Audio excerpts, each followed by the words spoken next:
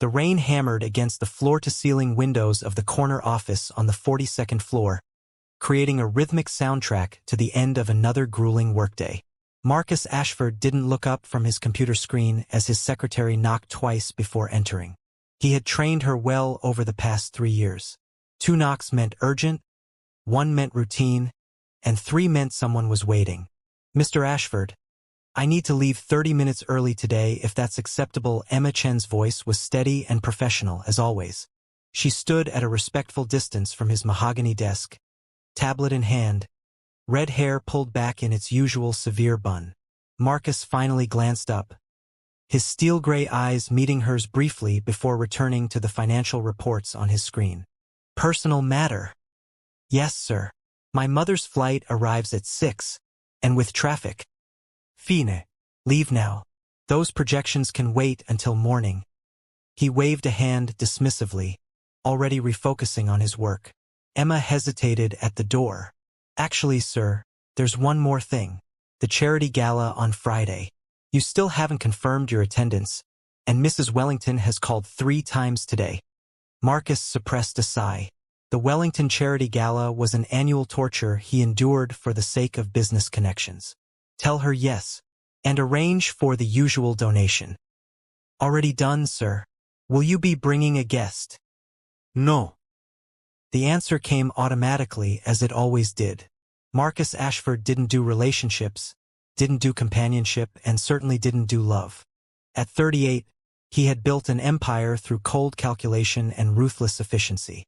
Romance was a distraction he couldn't afford and didn't want. After Emma left, Marcus stood and walked to the windows, watching the city lights begin to twinkle through the rain. Somewhere down there, millions of people were rushing home to families, to partners, to someone who cared whether they made it through the door. The thought didn't move him. He had tried that life once, a lifetime ago, and learned the hard way that trust was a luxury and love was a liability. Emma Chen hurried through the parking garage to her car, her mind already racing ahead to the evening's logistics. Her mother, Catherine, hadn't visited in almost a year, and Emma wanted everything to be perfect. The apartment was clean, the guest room ready, and she had taken Friday off to spend the day with her before the evening gala where Emma would be working. She grimaced at that thought. When Marcus Ashford attended events, Emma attended too, clipboard in hand, ensuring every detail ran smoothly. It meant less time with her mother, but the overtime pay was substantial and Catherine would understand. She always did. The airport was chaos, as always. Emma found herself checking her watch repeatedly, worried about the time even though she had left with plenty of buffer. Then she saw her mother emerging from the arrivals gate, and all the stress melted away. Catherine Morrison was 52 but could easily pass for 40. Her auburn hair, the same shade Emma's had been before she started dyeing it a more subdued red for professional purposes, fell in loose waves around her shoulders. She wore a simple blue dress that somehow looked elegant rather than plain, and her smile could light up a room. "Emma!" Catherine dropped her carry-on and embraced her daughter tightly. "Look at you, all professional and poised. I've missed you so much, sweetheart." "Missed you too, Mom." Emma felt 14 again for just a moment, safe in her mother's arms. Then she stepped back, ever practical. "How was the flight? Let me get your bag." "The flight was fine. Long but fine. Now tell me everything. How's work? Are you eating properly? You look thin." Emma laughed as they walked toward baggage claim. "Work is work. Marcus Ashford is as demanding as ever, but I can handle it. And yes, I'm eating. You worry too much." "That's my job," Catherine said, linking her arm through Emma's. "So this boss of yours, still the Ice King? That's being generous. He makes glaciers look warm and fuzzy." Emma spotted her mother's suitcase on the carousel. "But he's brilliant, I'll give him that. And he pays well. Really well." Catherine studied her daughter's face carefully. "You deserve to be appreciated, not just compensated." "I am appreciated." In his way, Emma wasn't sure why she felt the need to defend Marcus Ashford. Maybe because she knew, despite his cold exterior, that he trusted her judgment and relied on her expertise. That counted for something in her book. The drive back to Emma's apartment was filled with catching up, stories about Catherine's work at the small-town library, gossip about neighbors Emma barely remembered, and questions about Emma's life that she deflected with practiced ease. She didn't mention how many nights she worked past midnight, or how her last date had been 8 months ago with a perfectly nice accountant who had found her too focused on work. Emma's apartment was modest but comfortable. A one-bedroom she had converted into a one-bedroom plus office by sacrificing her living space. Catherine settled into the guest room while Emma ordered Thai food from their favorite delivery place. Over dinner, Catherine broached the subject Emma had been avoiding. "So, you're still single?" "Mom, don't start." "I'm not starting anything. I'm asking." You're 31, Emma. You're beautiful, intelligent, accomplished. Why are you spending every waking hour at the beck and call of some emotionally unavailable billionaire? Millionaire, actually, and I'm building my career. When I leave Ashford Industries, I'll have a resume that opens any door in the city. Catherine reached across the table and took her daughter's hand. "I just want you to be happy, really happy. The kind of happy I see in your eyes when you're doing something you love, not just something you're good at." Emma squeezed her mother's hand. "I know, Mom, and I will be someday. But right now, this is what I need to do." What Emma didn't say was that part of her staying had nothing to do with the resume or the money. Somewhere along the way, she had developed a perverse sense of loyalty to Marcus Ashford. She had seen glimpses behind the ice, tiny cracks that revealed something human underneath. And for reasons she didn't entirely understand, she wanted to believe that humanity still existed in him. Friday arrived with the chaos Emma had anticipated. The charity gala was the social event of the season, and Marcus Ashford's attendance meant everything had to be flawless. She spent the morning making sure his tuxedo was pressed and ready, confirming the car service, and reviewing the guest list for anyone who might need special handling.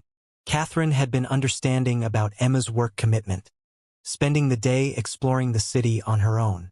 They had made plans to have breakfast together on Saturday, and Emma was determined to have her phone off and her attention fully present. At 6 o'clock, Emma arrived at the Wellington Hotel in her standard evening work attire. A black dress that was elegant but understated, heels that were comfortable enough to last all night, and her hair in its professional updo. She carried her tablet and had her phone on silent but within constant reach. Marcus Ashford arrived precisely at 7 as scheduled. Emma met him in the lobby, ready with his schedule and the key information he would need for the evening's conversations. "Mr. Ashford, good evening. The Wellingtons are expecting you at 7:15 for pre-event photos. The auction items are displayed in the West Gallery, and your donation has been confirmed at—" "I know, Emma. I read your briefing." He barely glanced at her as he adjusted his cufflinks. "Where will you be?" "Mobile. I'll stay close but out of sight unless you need something." He nodded and moved toward the ballroom. Emma followed at a discreet distance, her practiced eye scanning the room for potential issues or opportunities. The gala was in full swing by 8 o'clock. Emma had stationed herself near one of the service corridors where she could watch without being obtrusive. She saw Marcus navigating the room with his usual cold efficiency, shaking hands, making the exact right small talk, and maintaining the aloof charm that people seemed to find intriguing. She was so focused on monitoring the event that she almost missed the text from her mother. "Changed my mind about staying in tonight. Coming to see where you work. Outside now." Emma's stomach dropped. Her mother, appearing at a high society charity gala in whatever casual clothes she had worn sightseeing, while Emma was supposed to be invisible and professional, was a disaster waiting to happen.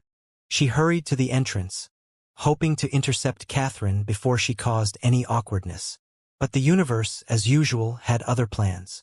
Marcus had been cornered by Patricia Wellington, a 70-year-old society maven who seemed determined to introduce him to her granddaughter. He was planning his escape route when he saw his secretary rushing toward the entrance with an expression he had never seen on her usually composed face. Concern? Panic? His curiosity, dormant for so long he had almost forgotten it existed, stirred. He excused himself from Mrs. Wellington with practiced grace and followed Emma's path. He reached the entrance hall just as Emma was greeting a woman who could only be her mother. The resemblance was striking, though the older woman's hair was a richer auburn and her face held a warmth that Emma's professional mask rarely showed. "Mom, you can't just show up at," Emma was saying, then stopped as she noticed Marcus approaching. Catherine noticed him at the same moment. Their eyes met across the marble floor, and Marcus Ashford felt something he hadn't felt in nearly 2 decades. A genuine shock of recognition, as though he had been waiting his entire life to see this woman. Catherine Morrison felt it too.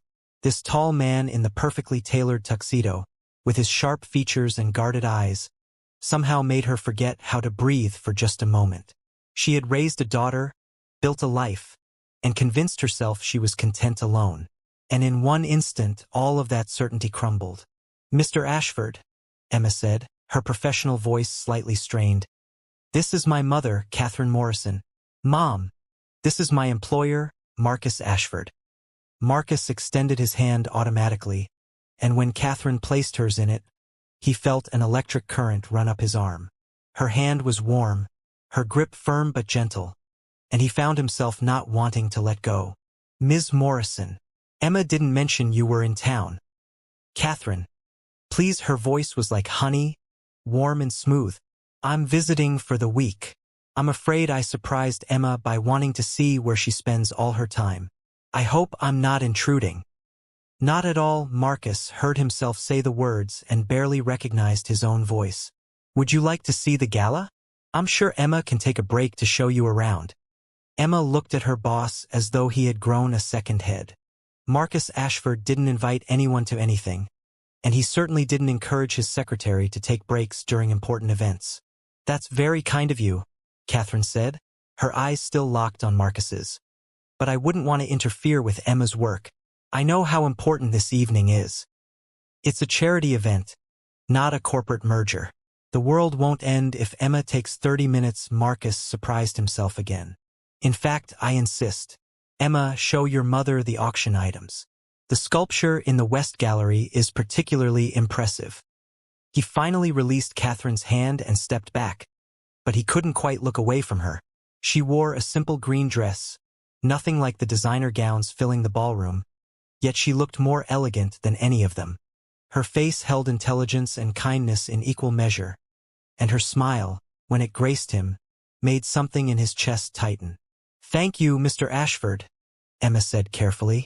"I'll keep my phone on if you need anything." "I'll survive." He forced himself to turn away, to walk back into the ballroom, but he felt Catherine's presence behind him like a magnetic pull. Emma stared after her boss in complete bewilderment. What was that?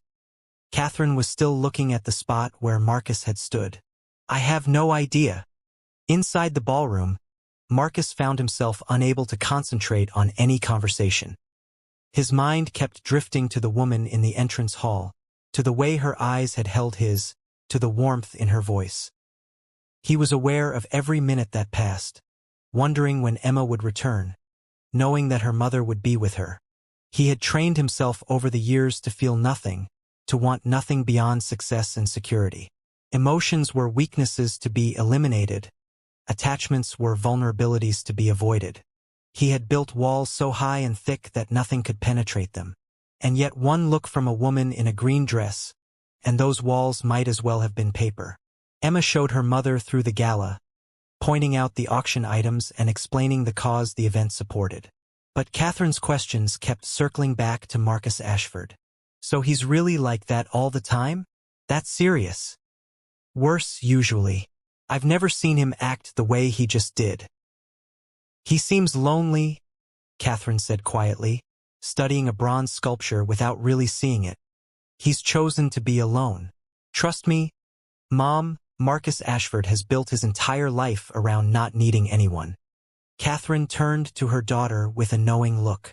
"Sometimes the people who insist most loudly that they don't need anyone are the ones who need someone the most."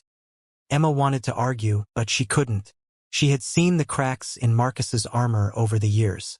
The way he sometimes stood at his window long after everyone else had gone home. The careful distance he maintained from anything resembling a personal connection.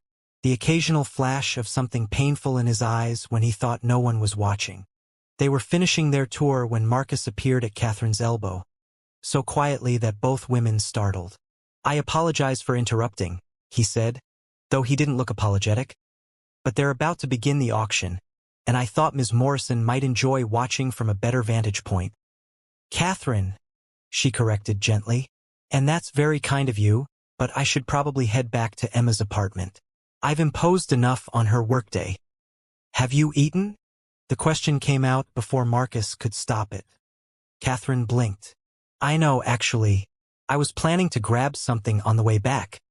The food here is excellent. Why don't you stay for dinner? Emma will be here for at least another 2 hours anyway." He looked at Emma, who was staring at him as though he'd been possessed. "That's acceptable, isn't it, Emma?" "Of course, Mr. Ashford. Whatever you think is best," Emma's tone suggested she was humoring a madman. Marcus didn't care. He was already guiding Catherine toward one of the tables, aware that he was acting completely out of character and unable to stop himself. For the first time in years, he wanted something beyond a successful quarter or a completed acquisition. He wanted to sit across from this woman and learn everything about her. Catherine allowed herself to be seated, bemused by the entire situation. She glanced at Emma, who gave her a tiny shrug that clearly communicated, "I have no idea what's happening either." The dinner conversation started awkwardly, as might be expected between two strangers who had just met but felt an inexplicable pull toward each other. Marcus asked polite questions about Catherine's visit, her impressions of the city, her work. Catherine answered and asked her own questions in return, gently probing past his professional facade. "So you've built quite an empire," she said over the appetizer course. "Emma tells me you started with nothing." "Not quite nothing, but close." Marcus found himself wanting to tell her things he never discussed. "My father died when I was 16, left debts instead of inheritance. I worked 3 jobs through college and started my first business at 23 with borrowed money and borrowed time. That must have been difficult." "It was necessary." He paused, looking at his plate. "I learned early that the only person you can truly rely on is yourself." Catherine heard the pain under those words. That sounds like a lonely lesson. Effective, though. He met her eyes, expecting to see pity or judgment, but finding only understanding. "How did you raise Emma on your own?" Catherine raised an eyebrow. "She told you about that?" "She mentioned it once, years ago. Single mother, working multiple jobs to put her through college." "It sounds more heroic than it was." "Mostly it was just exhausting and terrifying." Catherine smiled softly. "But Emma made it worthwhile. She was always so determined, so focused. Even as a little girl, she knew exactly who she wanted to be. She's an excellent secretary. The best I've ever had." "She's wasted as a secretary." The words came out sharper than Catherine intended, and she softened them quickly. "I'm sorry, that's not fair. I'm sure she does excellent work for you. But Emma has a brilliant mind for strategy and leadership. She could be running her own company, not managing someone else's calendar." Marcus considered this. He had never thought of Emma as anything other than his secretary. But Catherine was right. Emma's insights were often sharper than those of his executives, her problem-solving skills exceptional. He had been so busy relying on her efficiency that he hadn't considered whether he was wasting her potential. "You're right," he admitted. "I'll think about that." Catherine looked surprised. "You will. You're her mother. You know her better than anyone. And I've built my success on recognizing talent and potential. If I've been blind to hers, that's my failure, not hers." They talked through the main course, the conversation flowing more easily as the initial awkwardness faded. Catherine told him about her small town, her work at the library, her love of books and learning.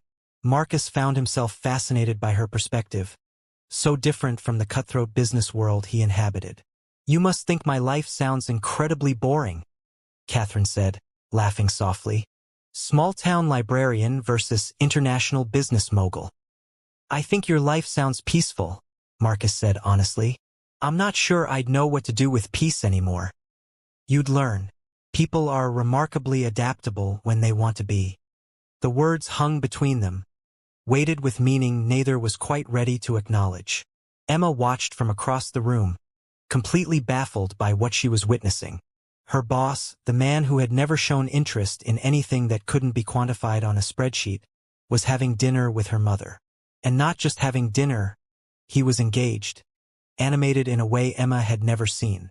He was smiling, actually smiling. Is that Marcus Ashford over there? Patricia Wellington had appeared at Emma's elbow. With that charming woman in green? Who is she? My mother, Emma said faintly. Your mother? Well, aren't they just adorable together? I haven't seen Marcus look that alive in years. Good for him. Emma wasn't sure adorable was a word she'd ever associated with Marcus Ashford, but she couldn't deny the evidence in front of her.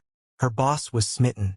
The cold millionaire who had spent a decade building walls around his heart had somehow been breached by a small-town librarian with kind eyes and a gentle smile. The auction began after dinner, providing a natural break in the conversation. Marcus bid on several items, winning a first-edition novel that he immediately presented to Catherine. I can't accept this, she protested, even as her hands lovingly traced the cover. It's far too expensive. Consider it a thank you for keeping me company this evening. I usually hate these events, but tonight has been, he paused, searching for the right word. Pleasant. Catherine laughed. Pleasant?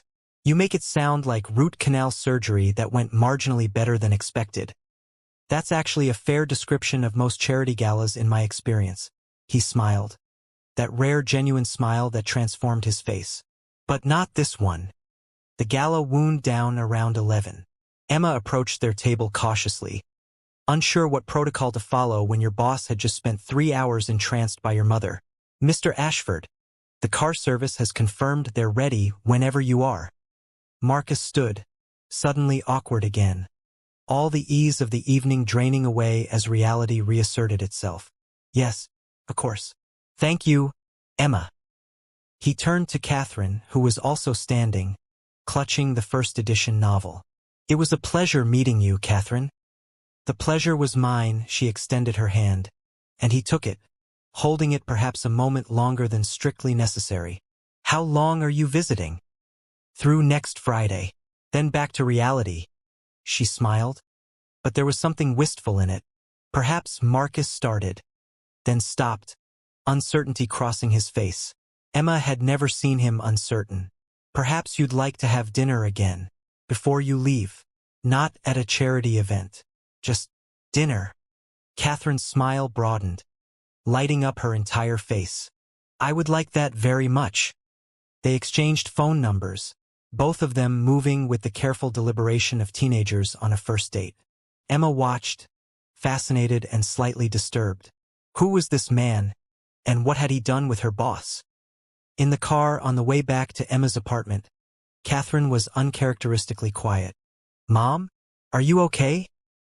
I'm not sure, Catherine said honestly. That was unexpected. That's the understatement of the century. I've worked for Marcus Ashford for 3 years, and I've never seen him act that way. He doesn't do personal. He doesn't do dinner conversation. He certainly doesn't do charming. He wasn't trying to be charming. That's what made it so effective. Catherine looked out the window at the passing city lights. He's terrified, you know? Of what? Of everything, I think. Of feeling too much, of wanting too much, of losing control. Catherine turned back to her daughter. I recognized that fear. I lived with it for years after your father left. It's easier to be alone than to risk being hurt again. Emma squeezed her mother's hand. You've been alone too long, Mom. So has he, Catherine said softly. Marcus sat in the back of his town car, staring at his phone screen where Catherine's number glowed. He had made deals worth billions with less hesitation than he was experiencing now, trying to decide when to call her. Tomorrow seemed too eager. Monday seemed too distant. Sunday felt right, but what would he say? He, who could negotiate anything, who had built an empire through words and strategy, had no idea how to ask a woman to dinner like a normal human being. You look troubled, sir, his driver, Thomas. had been with him for years and had earned the right to occasional familiarity. I'm fine, Tomás. Of course, sir. Though if I may say, I saw you with that lady tonight. First time I've seen you smile like that in all my years of service. Marcus met Thomas's eyes in the rearview mirror. Your point?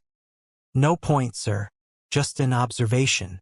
Sometimes the things that trouble us are the things most worth pursuing. Marcus didn't respond, but the words stayed with him as he rode the elevator up to his penthouse apartment. The space was immaculate and empty, all modern lines and expensive art and not a single personal touch. He had always liked it that way, appreciated the clean simplicity of it. Tonight, for the first time, it felt lonely. He poured himself a drink and stood at the windows overlooking the city. Somewhere out there, Catherine Morrison was probably getting ready for bed in Emma's modest apartment. She was probably thinking about the small town she would return to next week, about the library and her routine and her quiet life. Was she thinking about him? Did she feel this same pull, this same inexplicable certainty that something significant had shifted in the universe? Marcus didn't believe in love at first sight. He didn't believe in fate or destiny or any of the romantic nonsense that drove people to make foolish decisions. He believed in logic, in calculated risks, in measurable returns on investment. But none of that mattered because despite everything he believed, despite everything he had trained himself to be, he couldn't stop thinking about auburn hair and kind eyes and a smile that made him feel like maybe, just maybe, being alone wasn't the only way to be safe.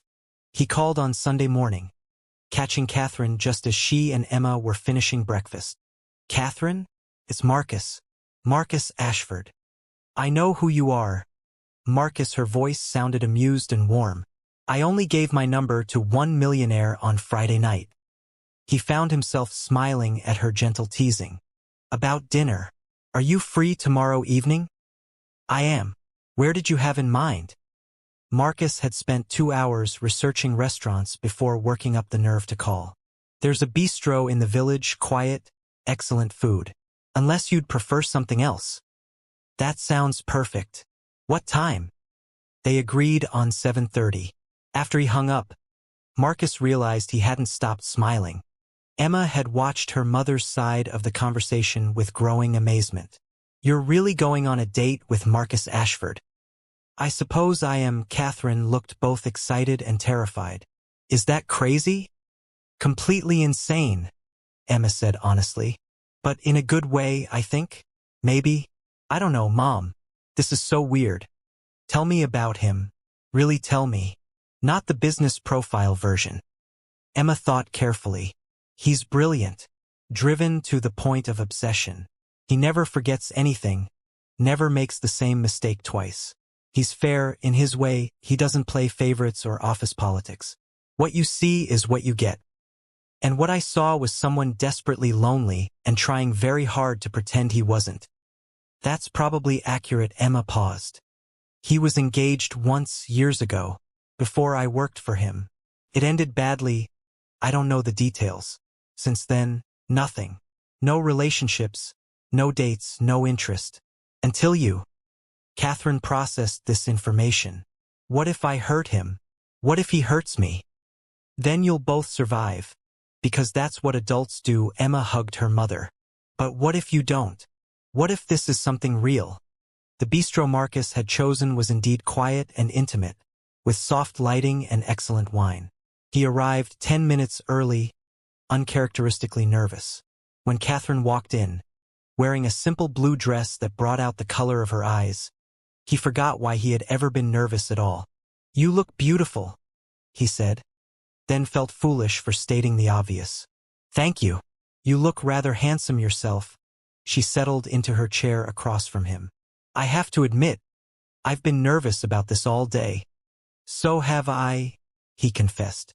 I'm not very good at this. At what? Dinner. At this, he gestured between them. Whatever this is. I haven't dated in over a decade. I'm not sure I remember how. Catherine laughed, and the sound eased something tight in his chest. Well, I haven't dated since Emma's father left 28 years ago, so I think we're evenly matched in our incompetence. The admission surprised him. 28 years? There was never anyone else. There were opportunities. But I was raising Emma, and she needed all of me. And then, after she grew up, I suppose I was just used to being alone. It seemed safer. I understand that, Marcus said quietly. Safety in solitude. Except we're both here now, being decidedly unsafe. She met his eyes directly. So let's be honest with each other. What do you want from this, Marcus? The question was so direct, so refreshingly straightforward, that Marcus found himself answering with equal honesty. I don't know. I saw you on Friday night, and something changed. I can't explain it. I'm not sure I want to explain it. I just know that I want to see you again, and that's not something I've wanted in a very long time. That's fair. Catherine took a sip of her water. I felt it too, that change. And it terrified me, because I've worked very hard to build a life where I'm content and safe and nothing unexpected happens. You're definitely unexpected. They ordered dinner, and the conversation flowed as easily as it had at the gala. Marcus found himself telling her things he never discussed. His difficult childhood, his father's failures, the betrayal that had ended his engagement. Catherine listened without judgment, asking thoughtful questions, occasionally sharing her own experiences of hardship and perseverance. Emma's father left when she was 3, Catherine said over dessert. Came home one day and announced he'd fallen in love with someone else. Packed his bags and moved to California. We haven't heard from him since. I'm sorry. Don't be. It was the best thing that could have happened, honestly. He would have been a terrible father. This way, Emma had me fully present instead of 2 parents who resented each other. She paused. But it did make me cautious about trusting people. About believing someone when they say they'll stay. Marcus reached across the table and took her hand. I won't make promises I can't keep. But I will promise that I'll be honest with you. If this gets too complicated, if I can't handle it, I'll tell you. I won't just disappear. Catherine squeezed his hand. That's all I can ask. They walked through the village after dinner, past bookstores and coffee shops and galleries. Marcus couldn't remember the last time he had walked anywhere without a destination or purpose. It felt strange and liberating in equal measure. Tell me about your library, he said. What do you love about it? Catherine's face lit up. I love being surrounded by stories. Every book is someone's imagination made real.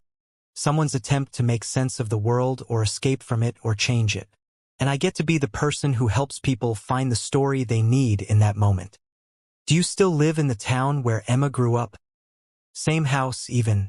It's small, but it's paid off and I know everyone. It's a good life. She hesitated. A small life, maybe. Not like your world. My world is cold and competitive and exhausting, Marcus said honestly. Your world sounds warm. It can be lonely, though. When Emma left for college, I realized how much of my identity had been wrapped up in being her mother. I had to figure out who Catherine Morrison was when she wasn't taking care of anyone else. Marcus understood that feeling, though his version was different. He had built his identity around being successful, around never needing anyone. Now, walking next to this woman under the streetlights, he was beginning to wonder if maybe he had confused strength with isolation. They reached Catherine's choice of a small park with benches overlooking a fountain. They sat, close but not quite touching, watching the water sparkle under the lights. Can I ask you something? Catherine said. What happened with your engagement? Marcus had known this question would come eventually. Her name was Jessica. We met at business school. She was ambitious, intelligent, driven. We made sense on paper. But not in reality. Not in reality. She wanted the life I could provide, not me. When I had a major business setback in my early 30s, when it looked like I might lose everything, she left. Didn't even pretend it was about anything other than money. He stared at the fountain. I learned that day that love is just another transaction. People stay as long as you give them what they want. That's not love, Catherine said firmly. That's a business arrangement. Love is staying when things are difficult. Love is choosing someone even when it doesn't make practical sense. Have you ever had that? No, she admitted. But I've seen it. My parents had it. My best friend has it with her husband. I know it exists. But you've never looked for it again. Neither have you. They sat in silence for a moment, the unspoken question hanging between them. Were they looking now? Marcus walked Catherine back to Emma's apartment building. At the entrance, they stood facing each other, neither quite ready to say goodnight. I'd like to see you again, Marcus said. Tomorrow, if you're free. I'm free. But Marcus, I'm only here for 5 more days. I know. And then I go back to my life, and you stay in yours, and who knows what happens next. I know that too. He stepped closer. Does that mean we should pretend tonight didn't happen? No, Catherine said softly. It means we should be smart about this. When have I ever been smart about anything that matters? He surprised himself with the words, with the vulnerability in them. Catherine reached up and touched his face gently. I'll see you tomorrow, Marcus. Call me. He watched her go inside, waiting until he saw lights come on in Emma's apartment before heading to his car. Thomas gave him a knowing look in the rearview mirror but said nothing. Emma was waiting when Catherine walked through the door.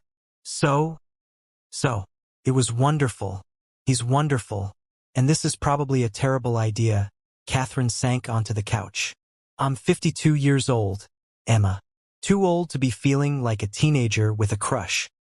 You're never too old for that. Emma sat beside her mother. But are you going to see him again?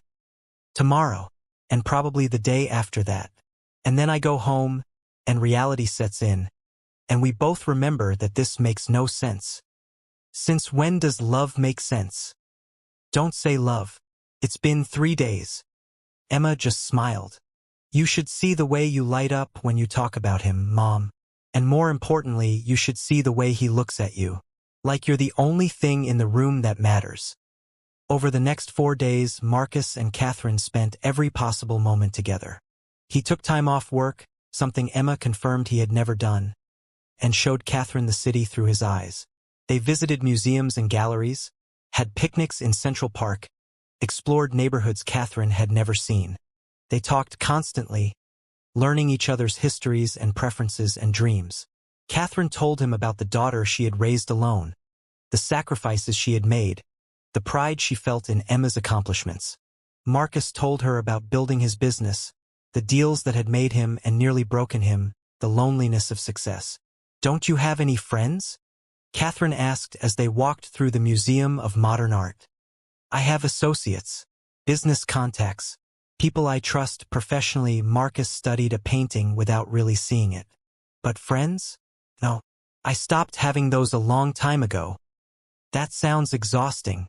Having to be on all the time, never relaxing.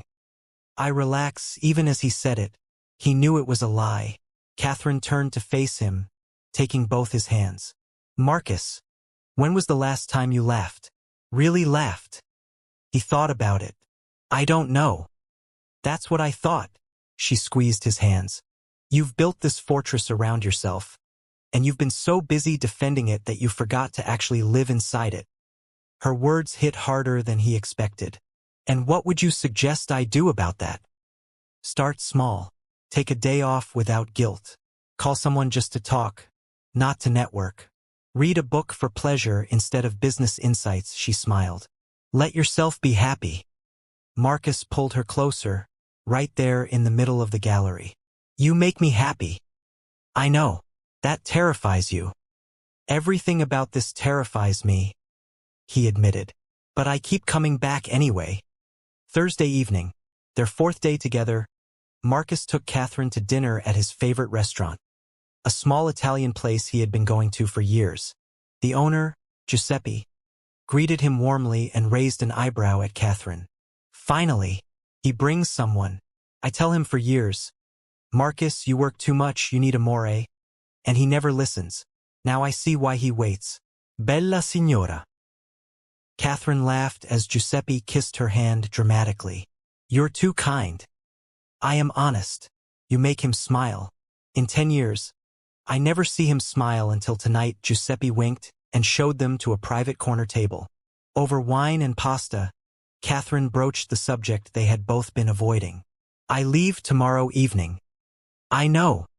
We need to talk about what happens next. Marcus set down his fork, his appetite suddenly gone. What do you want to happen? I want to keep seeing you, but I don't know how that works. You're here, I'm there. Your life is business and obligations. Mine is small and quiet. We live in completely different worlds. What if we didn't? The words came out before Marcus had fully formed the thought. What if you didn't go back? Catherine stared at him. Marcus, I have a life there. A home, a job, friends. I can't just abandon all of that. I'm not asking you to abandon it. I'm asking you to consider something new. Stay in the city. Give us a real chance. He was speaking faster now, ideas forming as he went. You could work in the city libraries, better ones than you have now. I could help you find an apartment, a good one, somewhere you'd actually want to live. You'd help me find an apartment, Catherine repeated slowly. Is that what this is?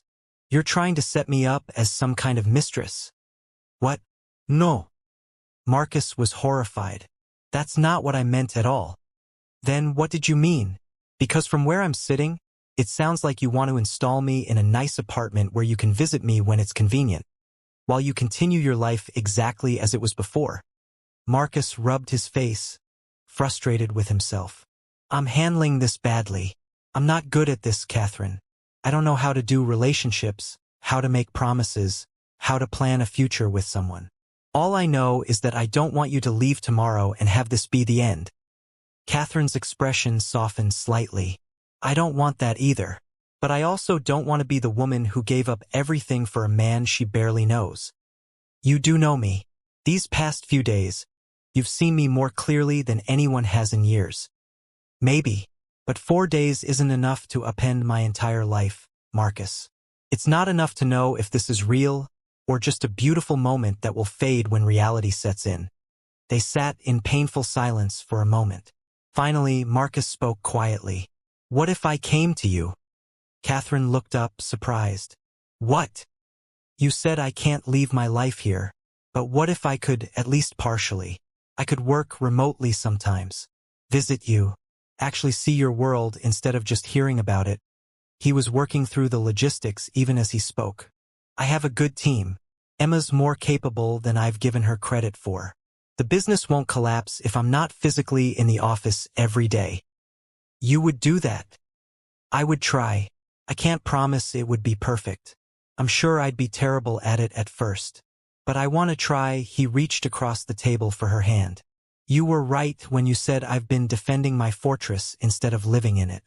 Maybe it's time I ventured outside the walls. Catherine felt tears prick her eyes. That's the most romantic thing anyone has ever said to me, and it's about business management. Marcus laughed, a genuine, full laugh that made Giuseppe look over from across the restaurant with a broad smile. That sounds about right for us. Okay, Catherine said. We'll try. Long distance, visits when we can, video calls, whatever it takes. But Marcus, I need you to understand something. I won't be the person who waits around for you to fit me into your schedule. If we do this, we're equals, partners, not millionaire and small-town librarian. Just two people trying to make something work. Equals, Marcus agreed. Partners. I can do that. They sealed the agreement with a kiss that made Giuseppe applaud from across the restaurant. Friday morning arrived too quickly. Emma had given her mother and Marcus space all week, staying with a friend and letting them have the apartment. Now she returned to help Catherine pack and say goodbye. You're really doing this? Emma asked as she folded her mother's clothes. The long-distance thing with Marcus Ashford. We're really trying, Catherine smiled, but Emma could see the uncertainty in her eyes. Crazy, right? Completely. But I've watched him this week, Mom. He's different. Lighter somehow. Like he remembered how to be human. Emma paused. Just promise me you'll protect your heart. He's my boss and I respect him. But he's also someone who spent 10 years building walls. Those don't come down overnight. I know. And I promise I'll be careful. Catherine hugged her daughter. Thank you for sharing him with me this week. I know it's been weird having your mom date your boss. Weird doesn't begin to cover it. But if anyone can crack that Ice King exterior, It's you. Marcus arrived at noon to drive Catherine to the airport. He had cleared his entire afternoon, something Emma confirmed was unprecedented. In the car, they held hands and talked about logistics, making plans for Marcus to visit in 2 weeks. It's a 5-hour drive, Catherine warned, or an hour flight to the nearest airport, then a 30-minute drive. Not exactly convenient. I don't care about convenient. I care about seeing you. At the airport, Marcus walked Catherine as far as security would allow. They stood facing each other, both reluctant to say goodbye. Thank you for this week, Catherine said, for taking a chance on something unexpected. Thank you for being unexpected. Marcus touched her face gently. Call me when you land. I will. And Marcus, don't forget what we talked about. Let yourself be happy, even when I'm not there to remind you. He kissed her softly, aware of people rushing past them but not caring. I'll try. That's the best I can promise. That's all I'm asking. Marcus watched her go through security, staying until she disappeared from view. Then he stood there for several more minutes, feeling strangely unmoored. In 1 week, this woman had upended everything he thought he knew about himself. And now she was gone, back to her small town and her quiet life, and he had to figure out how to integrate her into his world without losing her in the process. He called Thomas. Take me to the office. Certainly, sir. Though if I may say, you look like a man who could use a drink and a long walk more than a spreadsheet. Marcus smiled slightly. Maybe you're right. Take me home instead. The next 2 weeks were harder than Marcus had anticipated. He threw himself back into work, but found his attention wandering. He caught himself checking his phone constantly, waiting for Catherine's messages.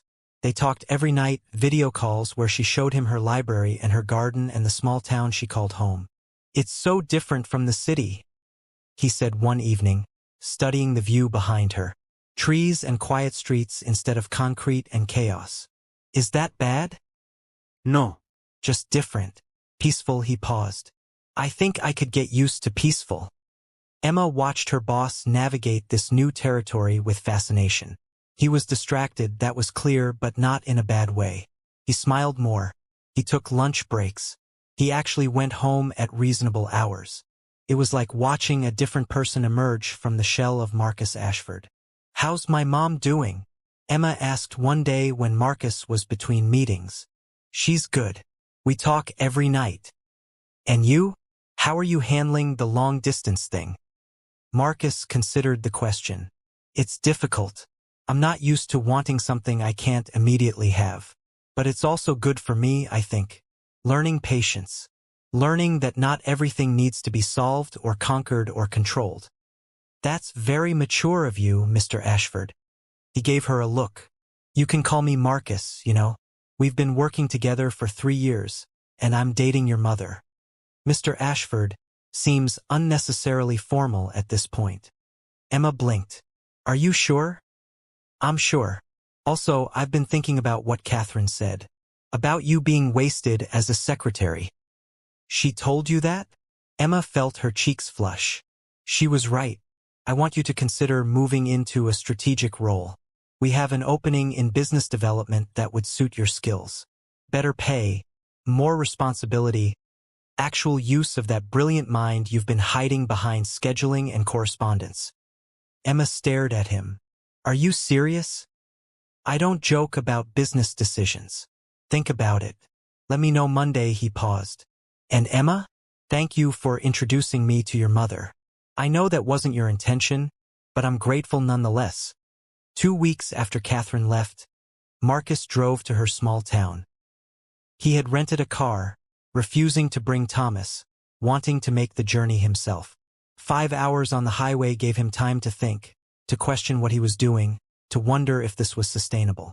Then he pulled up to Catherine's small house with its neat garden and welcoming porch, and saw her waiting on the steps, and all his doubts evaporated. You came, she said, as if she had doubted it. I said I would. He climbed out of the car, suddenly unsure of himself. Is it okay that I'm here? Instead of answering, Catherine closed the distance between them and kissed him. It was answer enough. The weekend was revelation for Marcus. He met Catherine's neighbors, visited her library, had coffee at the local diner where everyone knew her name. He saw her in her element, warm and engaged and beloved by her community. "You're like the mayor of this town," he said as they walked through the main street. "Hardly, but I've lived here 30 years. I've watched most of these kids grow up.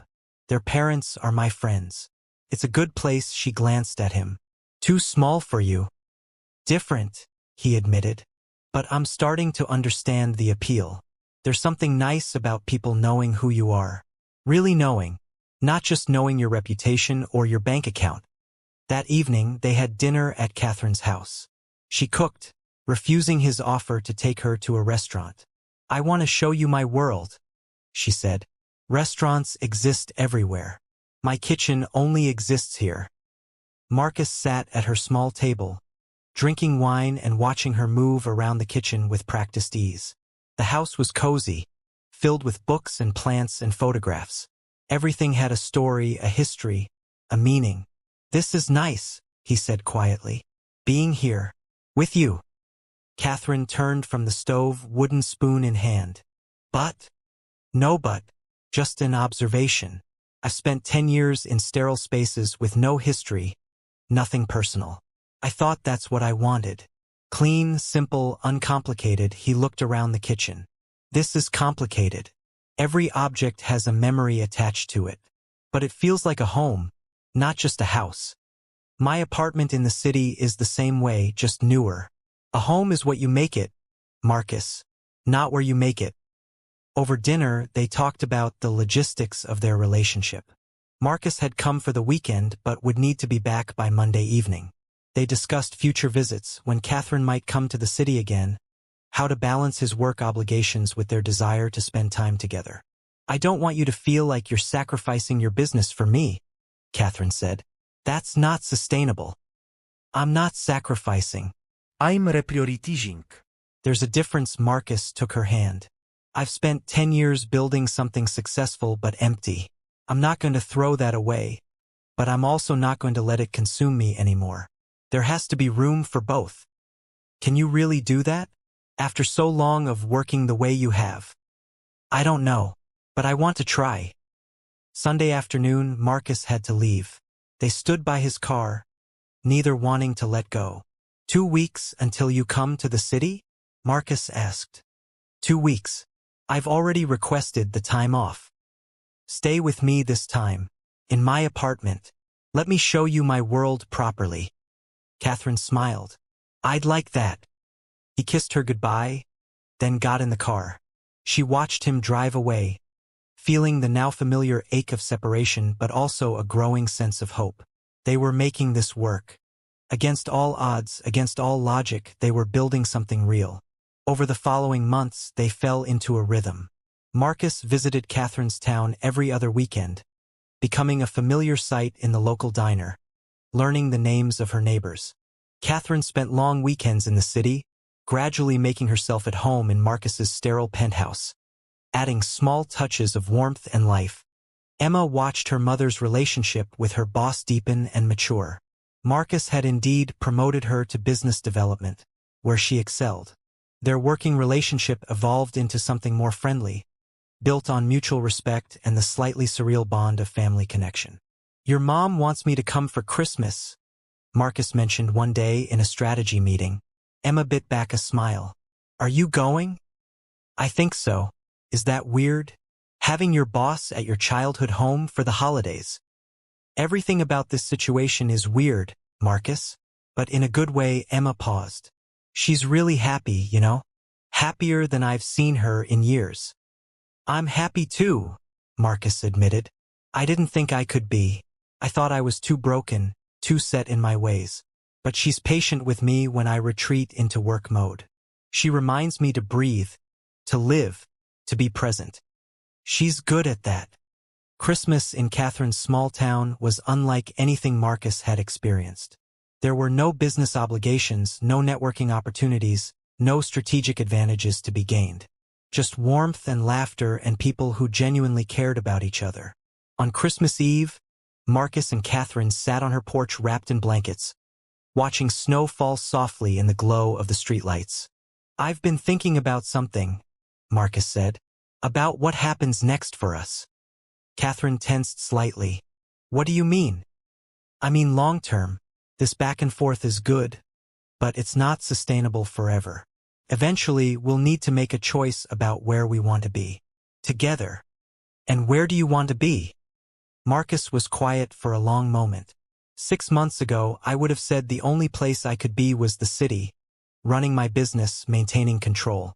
But now, he turned to look at her. "Now I think I could be happy anywhere, as long as you're there." "Marcus, I can't ask you to give up everything you've built." "You're not asking. I'm offering." He took both her hands.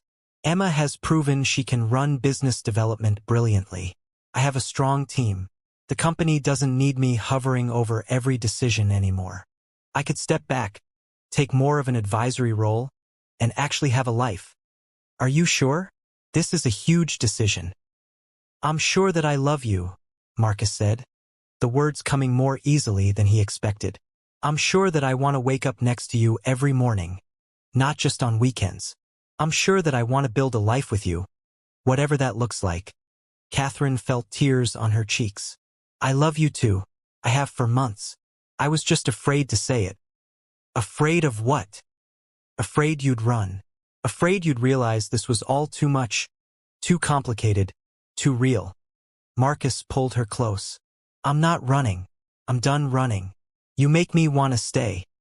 They sat there in the snowy silence, both of them understanding that this was a turning point. Not a fairy tale ending, but a real beginning. There would be logistics to work out, compromises to make, challenges to face. But they would face them together. On New Year's Eve, Marcus gathered Catherine, Emma, and a small group of close friends and colleagues at a restaurant in the city. Emma was confused by the formal invitation, wondering what her boss was planning. Marcus stood to make a toast, and Emma's confusion turned to shock as she realized what was about to happen. 6 months ago, Marcus began, I was convinced I had everything figured out. I had my business, my routine, my carefully controlled life. And then I met someone who showed me that control isn't the same as contentment, and success isn't the same as happiness. He turned to Catherine, who was starting to understand where this was going. "Catherine, you saw through all my defenses. You were patient when I was difficult, understanding when I was scared, and loving even when I didn't deserve it. You taught me that opening my heart doesn't make me weak. It makes me human." Marcus got down on one knee, producing a small velvet box. Emma gasped.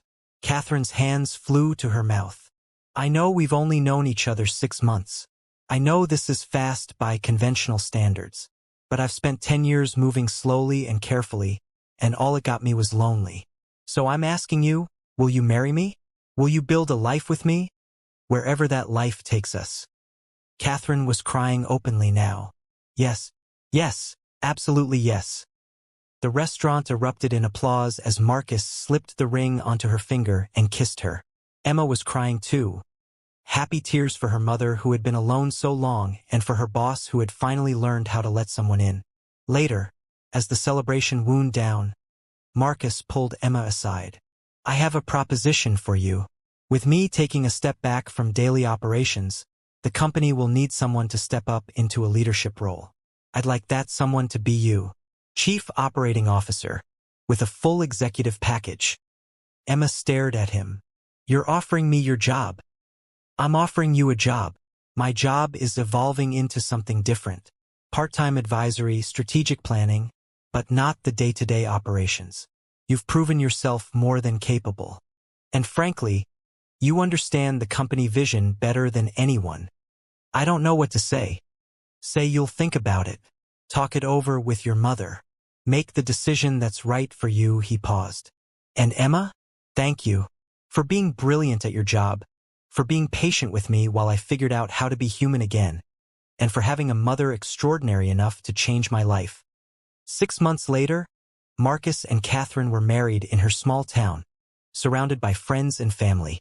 The ceremony was simple and heartfelt, held in the library where Catherine had worked for so many years. Marcus had sold his city penthouse and bought a house in Catherine's town. keeping a small apartment in the city for when business required it.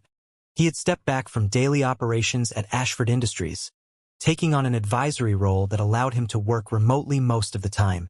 Emma had accepted the COO position and was thriving in it, proving that Marcus's faith in her abilities had been well placed.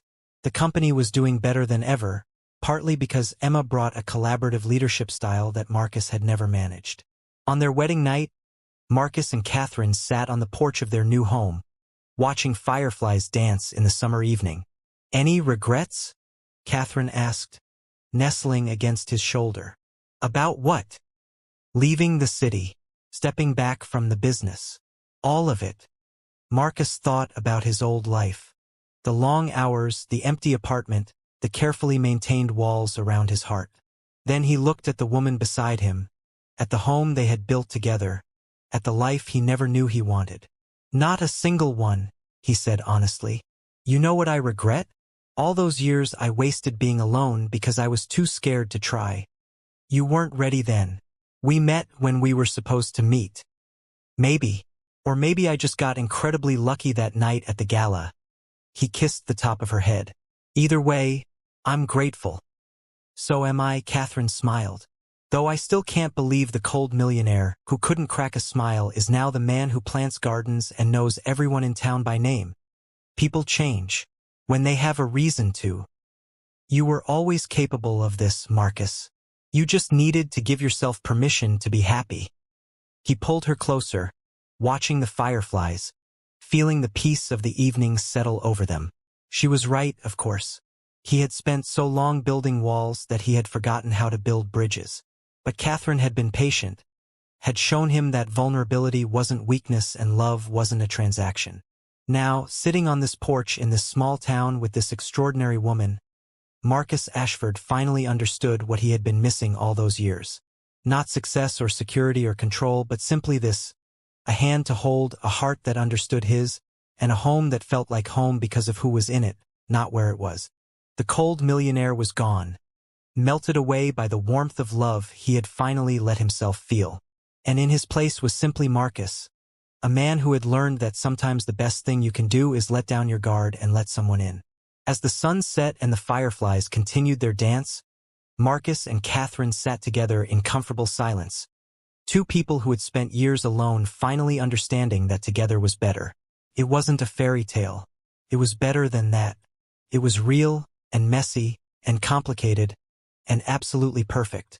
And somewhere in the city, Emma Chun sat in her new corner office, looking at the photo on her desk of her mother and Marcus on their wedding day, and smiled. She had watched two people who had given up on love find it in the most unexpected place.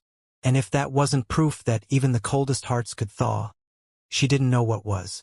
The end.